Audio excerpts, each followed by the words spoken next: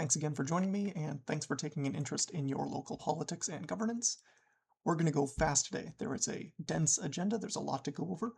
I am using a different mic today. Hopefully it is better, but it may pick up some background noise. It is a lower quality than my previous one. So the overall agenda, same place, same usual time. Minutes, we're not going to go over minutes. There's the community comments and feedback period of the meeting, which is a more informal question period. So if anything on the agenda interests you, you can show up to council and you can tell council officially on the record what you think. There are no presentations, there are no delegations. That should speed up the meeting quite a bit. No public hearings. There is a committee report from the Keystone Center. We'll get into some of the attachments and non-attachments in a minute. Then we'll have council inquiries, any announcements, which I expect there should be at least one, which I'll touch on at the very end. There's a number of items under general business, which we'll go through one at a time in more detail. Then there's a few bylaws, most of which are to do with zoning. The last one is debt, and that's pretty much the whole thing. So let's try and go one by one. I'm not going to try and keep up the agenda. I may pull it in as we go forward, but I'm just going to go through one by one, starting with the committee reports. There is going to be a committee report from the Keystone Center.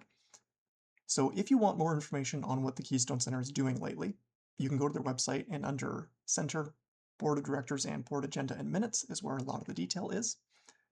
These names of the members of the board I don't think are fully up to date, so take this with a grain of salt.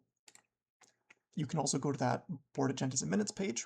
It's not fully updated with their January meeting, which was held not on the regular schedule, but they do have their annual report, which was also reported on in the Brandon Sun recently. And if you want, you can click on that annual report and you can go through it, and in particular the discussion around the money and the audit comes around this page, page 15, and continues for quite a bit. Left as exercise for the viewer. We will not be going through that. Under general business, there is going to be the Pilot Sharps Enhancement Program, and once again, I've gone through and tried to highlight the bits that I think are key. So their analysis is they went out and got some engagement on and feedback on increasing the amount of sharp collection areas, and they've narrowed it down to 8 locations, and we'll look at that in a minute. The cost of the containers was $210 each. There's the inserts cost. They're projecting no additional spending required. They're saying that 4 containers were purchased in 2025. I'm not certain how that totally makes sense if they're saying we want to double the amount and there's no financial impact. Even though it's small, there is still a additional spend, so I'm not quite sure what administration means there. They do talk about staffing as well and the health and safety aspect of that a bit, so presumably there's also a staffing cost to maintaining these things, so I don't know if that's included anywhere in the parcel here.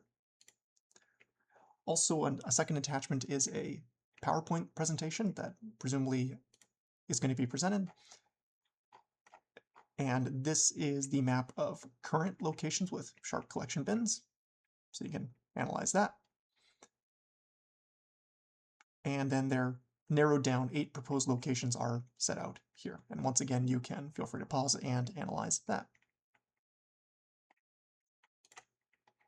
Again, not going into a whole lot of detail on this one. There's a lot in this agenda.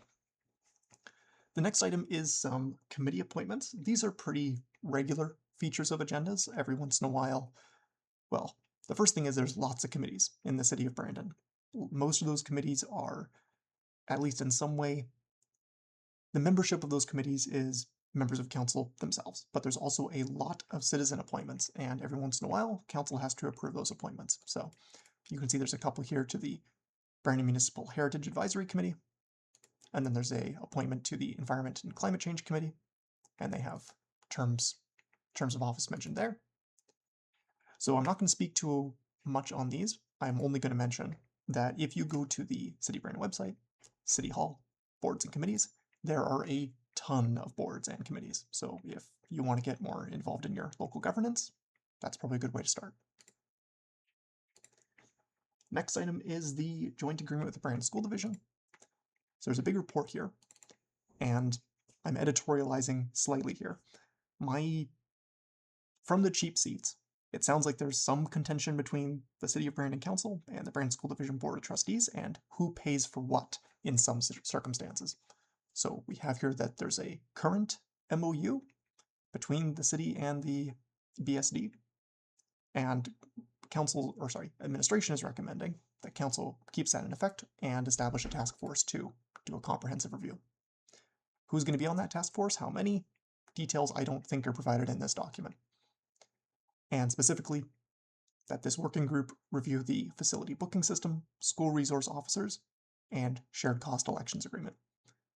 I suspect that school resource officers is going to be a touchy one. Those are basically the sworn police officers who primarily operate out of BSD schools. Primarily the high schools is my understanding, but I think they float to a certain extent. I am not super informed on the school resource officers. And there's a nice table here that I won't go into detail on, but you can kind of see which assets are owned by which institution, who are they, which facility is used by what group primarily, and a number of hours in 2025 of basically the consumption. And of course, whether things are free or paid. So that is something that is going to be reviewed, is the long and short of that. Because it's budget season, there are more budget presentations to occur. This one looks to be relatively short, so we'll go through this quickly. Western Manitoba Regional Library, 1,500. I'm not exactly sure what that 1,500 implies. I'm guessing that's an addition or an increase to their budget. I don't 100% know. They're also requesting security costs increase from $66,000 to $67,500 for 2026. Sorry, that's the 1,500 delta. I missed that.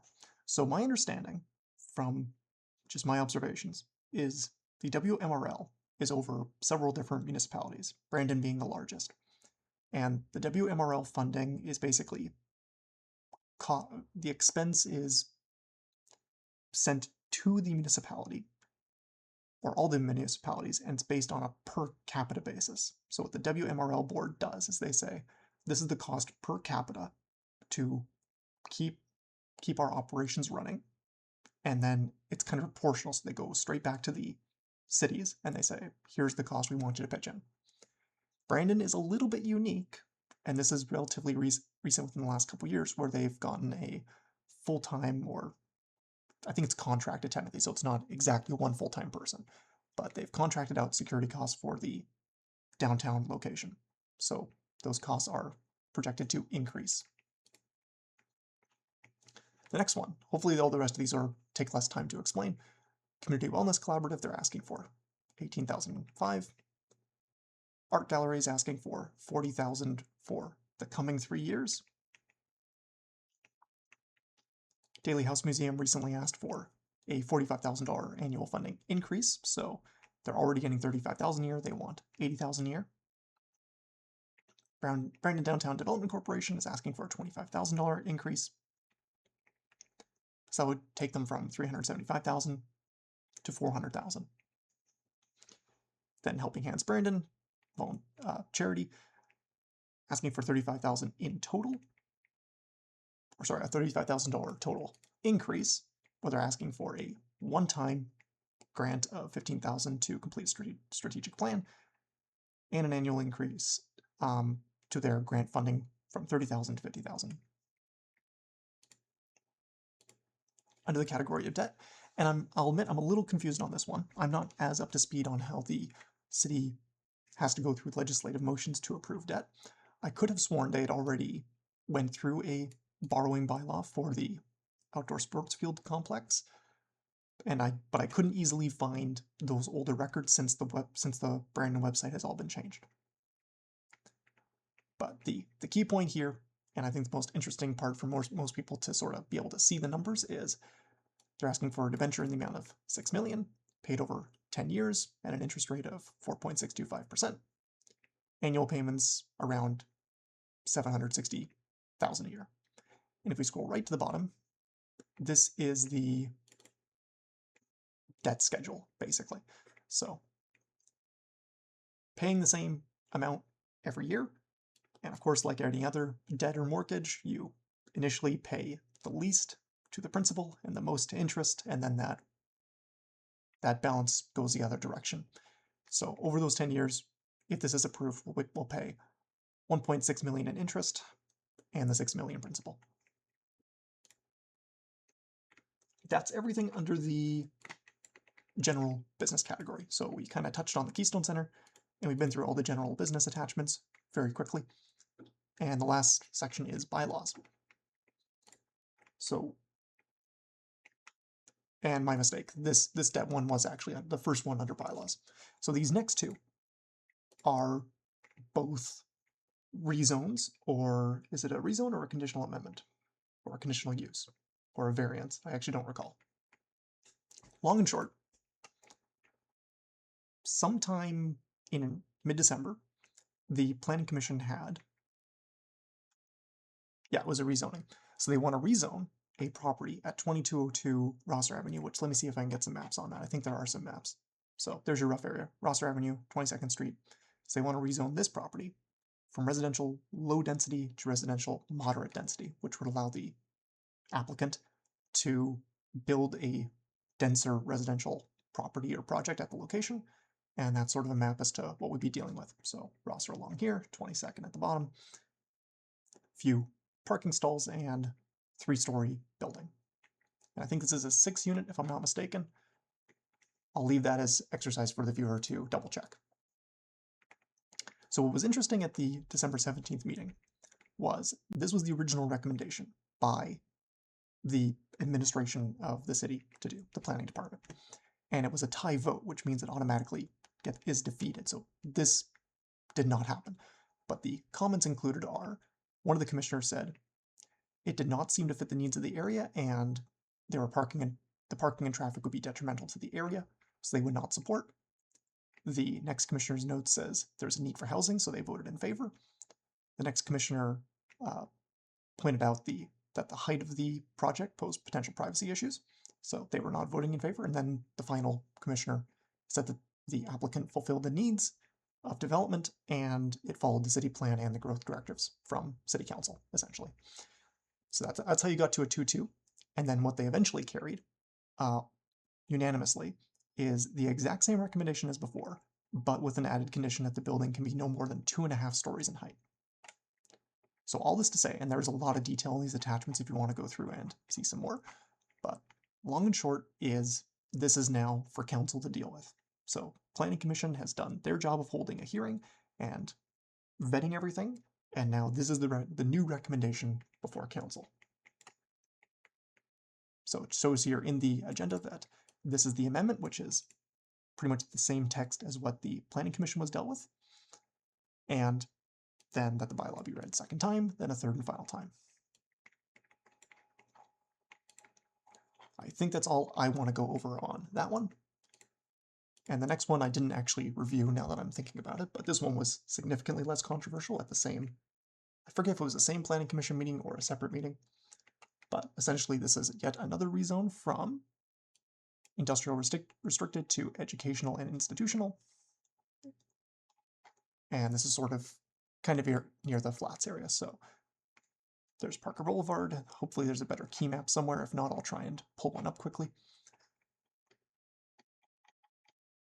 Yeah, there's a better key map. So 18th Street would be, 18th Street North is sort of off the map in this area. Stickney Avenue, Parker Boulevard, and this is the property we're talking about.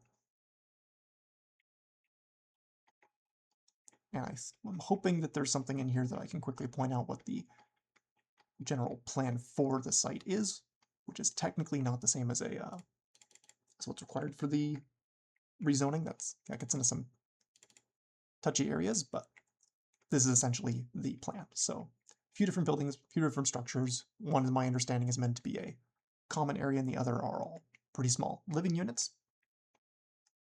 If I'm remembering correctly, this is the transitional housing project. May have those verbiages quite slightly incorrect. Again, all of this is at your disposal. You can go pull all this up and read in significant detail as to what is all the extra context here that I simply can't deliver in a condensed video format. But again, preliminary site plan. So yeah, there's an awful lot in here that you can certainly go read. That pretty much brings us to the end of the video. So the last thing before I forget that I was going to mention is under announcements, I mentioned there was something that I predict will happen So what I'll say is, under the main Brandon website, news and notices, we are in budget season. So if you have something you want to say before City Council debates and takes in all the information, there is a special council meeting on this Friday. No, sorry. Special meetings on January 26th, where residents can basically give their feedback to City Council. I think somewhere in here it says, yeah, allotted up to 10 minutes if you register. And that's the key point, if you register. So if you want to register to speak at that special meeting, you need to do it by this Friday by 4 p.m. And those are the ways you can do it. With that, I think that's all for this recap. Hopefully it wasn't too long, hopefully it wasn't too dry. And with any luck, I'll see you at the meeting.